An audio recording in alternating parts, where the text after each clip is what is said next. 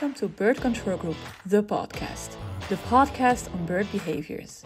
We will dive deeper into birds and their behaviors.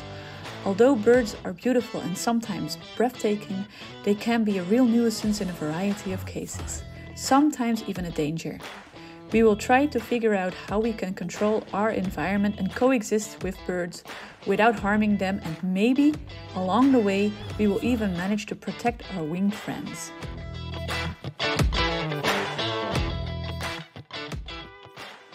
My name is Gaia Renna and I work as a digital marketing manager at Bird Control Group. Today we are here with Juliaan Kleinloog, who has spent over 6 years at Bird Control Group, most recently served as a commercial director for EMEA and APAC, and he led the diverse team and drove significant commercial growth since January 2020. Before that, he worked as an international channel manager and he managed partnership across Europe, the Middle East, Asia, Africa, and the Pacific. So we can say he traveled quite a bit in his life. As he prepares to leave the company, we are taking the chance to reflect with him on his journey and also talk about bird control in general, how is the industry evolving, and a lot of interesting topic. So to start, I want to welcome Juliaan, and can you please start by introducing yourself and telling us a bit more about your journey with Bird Control Group? Yeah, thank you, Gaia. Thanks for the introduction. And so my name is Juliaan, born and raised in the Netherlands. And already from a young age, I knew I wanted to work in business, especially attracted by sales and by being able to represent a company or a brand. So I spent some time in software, did that for 4 years, enjoyed it, learned a lot about sales. And then joined Bird Control Group a little bit more than 6 years ago. Main goal was to be more broader involved in the whole commercial domain. And when I joined the company, we had just 12 people. And if I look where we are today with almost 40 people spread over 3 offices around the globe, I'm of course very proud that I could be a part of that journey. And I was able to also lift, I think, with the success of the company. Very grateful for the opportunities. Nice. So you've worked across various regions and sectors. So I'm interested to know, where have you spent the most time and which industries have been the primary focus for selling the laser bird deterrents? Yeah, indeed. Yeah, regions and sectors I think are very diverse in our business. And of course, we are focusing on combinations where we think we can have most success, where there's enough openness to technology, to solve problems with technology, where there is maximum impact from the solution itself, also from technical perspective. And then you end up in a couple of industries. So most important one I think is high valuable crops, critical infrastructure, but also industries like food processing. And on one hand makes it of course very attractive to spend time in such a diversity of sectors, but on the other hand from a commercial perspective and growing a business, it can also be a challenge, of course. Yes, absolutely. I can imagine that. And so bird pressure is present everywhere, right? Yeah. And it varies around the world. How do you think that cultural attitudes toward wildlife and bird influence the adoption of bird deterrent solutions in different countries? Do you see a trend there? Yeah, well, if you talk about attitude around wildlife, I think indeed it became more important recent years. I also believe that it will be more important in the upcoming years, but I doubt whether that's driven by or fueled by cultural differences. I think it's also partly fueled by global trends, global topics. Think about climate change or in general how we, I think, collaborate with nature as humans. Yeah. I think if you take all those elements and trends in consideration, I think that's way more impactful. Yeah, and another element I also came across often in these 6 years, and that's probably less idealistic, but that's the reputation of businesses. The world became a more transparent place, I think, recently. Information can be shared very easily and quickly via online channels nowadays, right? So, therefore also for businesses it's important to show the world that they are doing the right thing. And yeah, if a video with a business owner with a shotgun shows up on the internet, yeah, then the company can get trouble, right? So Yes, absolutely. that is also an important factor, I would say. Yeah, I think it's we live in an amazing time where companies have this pressure to do the good thing, and this is actually amazing. And I think also government, right, plays a role in how wildlife and birds are managed in a country. So what's your experience with it? What role do regulations and government play in this industry in your experience? Yeah, well, regulation is something we have to give attention on daily basis, I would say. The whole team does that in the company. And for me, it always felt like a bit of a hate relationship, I have to say. So the good thing about the regulation is that it's very strict on product requirements. Your product has to be safe, of course. Yeah. And I think that also gives a bit of a natural barrier of entry for copycats or competitors or other pieces of technology to enter the market, and that I think guarantees that certain measures are taken. So I think that helped us. It can get more complex, or we sometimes feel the frustration if regulation is there but not really applicable for what we do. So if you look at laser safety regulation, I think most of it is based on very old regulation, which is focused around military applications, medical applications, manufacturing applications, all of that. Yeah, I think 20 years ago nobody was repelling birds with lasers, No. right? So if the regulation is not developing with the application. Yeah. And how does that work? Because we haven't introduced the product itself, because we are trying to talk about different topics in the podcast. We don't focus only on what we do. But just to give a quick introduction, how does the product work with lasers? Yeah, so we use a very heavy laser, a class 3B laser, because part of the technology is that the laser itself should be visible for the bird. So the bird has to be able to see the light, literally. Yeah, the beam. Yeah, and they feel it as a physical threat, and once that light is moving towards them, they will feel threatened and they will fly away. Yes. So yeah, it's a very clean and efficient way of doing it, but of course you have to also have to take safety measures in place to make sure you operate that heavy laser in a safe way. Yeah, absolutely, because it's not a fire hazard or anything like that, but is quite strong. So of course, the eye exposure for a long time is really should not happen in any case with birds, with humans. So of course, safety then is really important. Yeah, we try to touch a sort of a sweet spot there.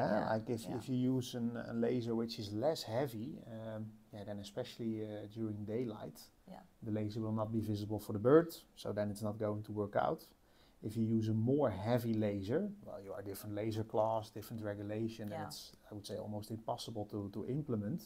But then indeed you also have a fire hazard. It becomes unsafe for everybody. Exactly. Yeah. So it's a bit of a sweet spot, and but still we have to take a lot of safety measures in place, and we're happy to do that. Our clients are happy to do that. We think it's needed. Yeah. But yeah, in some cases it's also a bit of a frustration if we have all these measures, but still because of old regulation we're not able to implement. Yeah.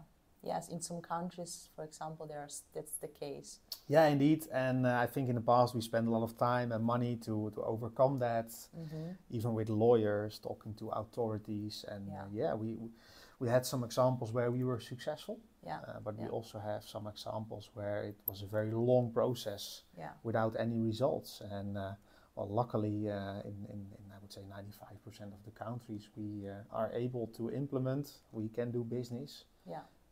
And we are focusing on those countries, of course. Of course. Yeah. And what are some of the common bird control challenges you've observed across different regions? Like something that you observe happens in multiple places, multiple countries? Yeah, for us, the agricultural industry was always the first stop, I would say, because it's so obvious what the problem is. Crop damage. It takes place in all regions, different types of crops. So that is, I think, the main issue we are solving. Yeah. But also sectors like critical infrastructure are an important sector for us. Think about the energy sector, where people want to protect their vital infrastructure to avoid downtime, to manage risks. But yeah, also think about quite specific sectors like prisons, for example. In a prison, you want to make sure you have safe infrastructure. And then if the birds, I think, are destroying that infrastructure, that is a risk you don't want to take. So and that then becomes a risk you want to manage, and then you end up with a good solution, and you end up with us, for example. So that's a sector where we also spend some time, and it's very broad. But those are, I think, the two main sectors. Yeah. Yes, so it all comes down to basically bird damage when it can come to the crops, but also to buildings, and also safety concerns. Yeah, for sure. Like the food processing industry is also a sector where we are quite active. If you look at hygiene and contamination and issues like that. Yeah. Yeah, also with poultry farms, that's indeed. Actual topic, of course. Also at the moment in different regions. Yeah, so something which is high on our agenda. Yeah, absolutely. That's a big thing. And in your experience, which bird species have been the most challenging to deter, and in which regions? Like, which are the most cunning bird species you encountered in your career at BCG? Yeah, well, we encountered a lot of bird species, and when I started Bird Control Group, I did not know anything about birds, so also a bit of a learning curve for me and for more colleagues, I think, in our company. But yeah, in general, that makes sense. That the higher the birds are in the food chain, the more dominant they are, the more difficult it becomes to repel them. But I say that more often also within the teams and within the network. Bird species is just an element. Yeah. I think there are so many elements which determine success for us, which are also external factors, the local situation, how long the birds are already present. So it's a variety of things. And if you take a seagull, for example, that is a popular bird to repel. If they're just roasting on the roof, it's straightforward to repel them. But if they are breeding, and especially when they are breeding for multiple years, then it quickly becomes complex, and you probably even need a multiple year strategy to repel them. That is also the reason why we are so active in our partner network, with training, with sharing experiences, best practices. Because the situations are so diverse, and you really need to have that local knowledge and 360 view on the situation to make sure you do the right thing. Yes, absolutely. So this is one of the main strategies that you adopt to actually then work to deter this cunning, I would say, bird species. Yeah. And is there anything else you would like to suggest or to recommend to other people in the industry? Yeah, well, what we try to do, and I call it the 360 degree, but you can also call it a step-by-step approach. But at least you want to take everything into consideration, which can affect the success. Yeah. It's quite an investment for people to invest in this solution. So you want to have total control. And if you want to have that, you have to take everything into consideration. So we also saw competitors or other pieces of technology were simply shifting boxes, selling a product. Yeah, we really feel that we have to offer a solution to the client, and you can only do that if you take that all into consideration. Yes, absolutely. So, that's what we will keep doing. And on this note, have you encountered some unusual or unique bird control technique during your time in different countries? Do you have any funny story for us? Well, quite a lot. Yeah, quite a lot. I'm not sure if I can share them all, but of course, a lot. Yeah, once it's in a European country, we had a client. They simply catch the whole seagull family and move them in boxes to the other side of the country. And yeah, it can sound silly, but I think it can be very effective. Huh? If you take a seagull as an example, for multiple generations, they want to breed at the same place. Yeah. So to overcome that, you really have to take serious measures. And yeah, this is of course a very serious measure. And Yes. feedback I got from the client was that it worked. So They didn't come back. then it's not stupid, right? If it works, so No. so that's good. And another example which crossed my mind now is like in the energy sector, you have the windmills, of course, or windmills at sea. Yeah. They face a lot of issues with bird migration. There's also a lot of regulation around that, actually. I think for good reasons. Yeah. To protect the birds. Yeah, Of course. for sure. Really hard to come up with a solution for that. I think the equipment we produce is not suitable to overcome that. But there are not a lot of alternatives in the market, I think. So what they do is with radar technology, they are scanning the area, and if the birds are coming, they will just turn off the windmill, which is impactful, of course. Costs a lot of money to operate that system, but it also, I think, costs a lot of opportunity costs to not operate the windmill. Yeah. So, if I'm at a birthday and I say to people, hey, I'm in bird control, some people, they laugh, hey, bird control. But it's, for some sectors, it's very impactful. Yeah. Yeah. Yes, absolutely. So there are lots of different sectors that need bird control. Yeah. What I'm learning. And in your opinion, since the agriculture seems to be one of the biggest sector, what is bird's favorite crop to target and why? Yeah, what's the favorite crop? Yeah, what's your favorite meal, guy? It's probably even hard to say. Italian, I guess. Yeah. Now for birds, yeah. I would say birds are almost like humans, in a way. They're both smart, but they can also be lazy. They will always go for, I think, the most easy option. And an easy option for bird is, for example, small soft fruit, which is attractive because it's relatively quickly, I think, it's a quick attack for a flock of birds. And I think the reward is big. Yeah. Also here, I think it's not simply one crop, or is one crop more vulnerable than the others. Of course, yes, they are. But if grower A has difficulties, is growing soft fruit and has difficulties with birds, not necessarily grower B has the same problem. Yeah. So also here we know a couple of crops which are vulnerable, but there's way more in it to determine whether it's a serious issue or not. Okay. So there's no general rule for it. It really Unfortunately, depends. there's no magic code here. No. No. And what advice would you give to farmers facing bird-related challenges with their crops? Yeah, I would say a lot of people are hoping for a silver bullet. They call us and say, hey, can I buy a machine? And then I install the machine, and then next day I don't see birds anymore. Yeah, that is unfortunately not how it works. There's no easy solution for a complex problem, I would say. Yeah.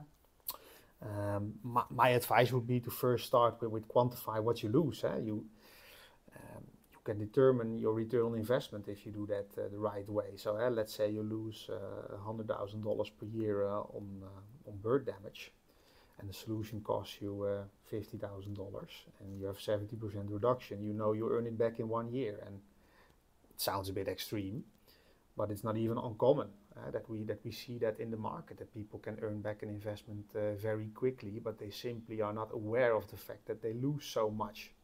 So quantifying that is I think, an important first step. So you know what you have to do. And once you know that, I think you have to take a realistic time frame to implement the solution, and then start early enough in the season. Especially that's important. Yeah, in agriculture. The harvest season is when your crops are vulnerable. So you have to start in time and have your solution ready before the season starts. Yeah, make sure you work with a professional and also service-oriented party. Yeah, that is again the reason why we are so why we are giving so much attention to the partner network, because we believe that those people are vital for success. So in some cases you have to fine-tune a bit. In some cases you have to change strategy when the birds changing their strategy. Yes, so absolutely. It's almost a bit of an ongoing process. Yes, definitely. And bottom line is to think in advance. Yes. If the birds are already in the field and feeding on the crops, then it's already too late. Then it's already too late, and you have to wait for another year. Yeah, that is true. And how has the technology behind bird control evolved during your time at Bird Control Group? And what kind of trends are you seeing or future challenges that you believe are interesting for companies like Bird Control Group, for example? Yeah, well, of course, technology improved, it became smarter, but I would say the impact is probably limited, or it's more in the details. But what I think is way more impactful is the way the market changed in recent years. Mm-hmm. Probably also because of the COVID pandemic or other trends. But yeah, we see a new generation of growers. We see new leadership in those type of companies. That generation is becoming more data-driven. They are more open to technology. And I think they approach it probably differently. Nothing bad with the former generation, of course. But I think it's a difference.